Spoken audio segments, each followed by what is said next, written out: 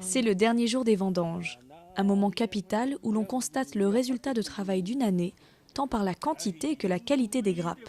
Heifara est tahitien, vigneron dans la région de Cahors. Il a repris avec sa femme Anne la gestion du domaine Saint-Cernin, exploitation familiale de sa belle famille. Après avoir sorti une cuvée tahitienne de vin de pays appelée Varua Maohi, il travaille actuellement sur un vin de Cahors qui s'appellera Mana. Dans chacun de ses vins, Heifara ne manque pas de rappeler ses origines, auxquelles il reste très attaché. Moi, c'est la Polynésie qui m'inspire.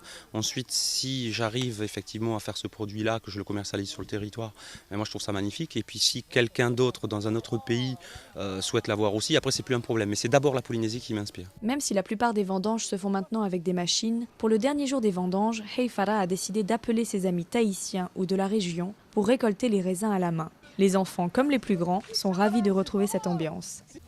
C'est super. Ouais. Parce qu'en fait, on le fait pas souvent et c'est vrai que c'est un moment qu'on partage, qu'il n'y a pas beaucoup de gens qui ont l'occasion de... Et puis on est plein de gens, alors... Il y a des amis. Les vendanges, j'avais jamais fait, donc c'est la première fois. Il faut apprendre comment les couper, qu'est-ce qu'il faut enlever. Sur le domaine Saint-Cernin, plus de 200 000 bouteilles sont commercialisées chaque année. S'adapter au goût du consommateur tout en gardant les particularités de son vin, c'est le véritable challenge du vigneron. Lors de la vinification, Heifara goûte et regoute son prochain vin. Une recette dont il est le seul à connaître le secret, entre savoir-faire de la région de Cahors et influence polynésienne. La cuvée Varua Maohi est une cuvée exceptionnelle parce qu'elle est faite par un Polynésien qui a appris par l'intermédiaire de mon père. Donc il y a vraiment ces deux cultures qui se mélangent.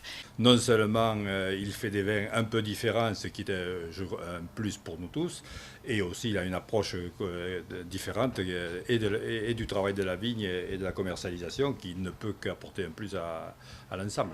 Une fois la récolte terminée, tous les jeunes vendangeurs se retrouvent pour une fête polynésienne au château. À la fois fruité et convivial, le vin de Cahors Mana est le reflet de l'âme de la culture polynésienne.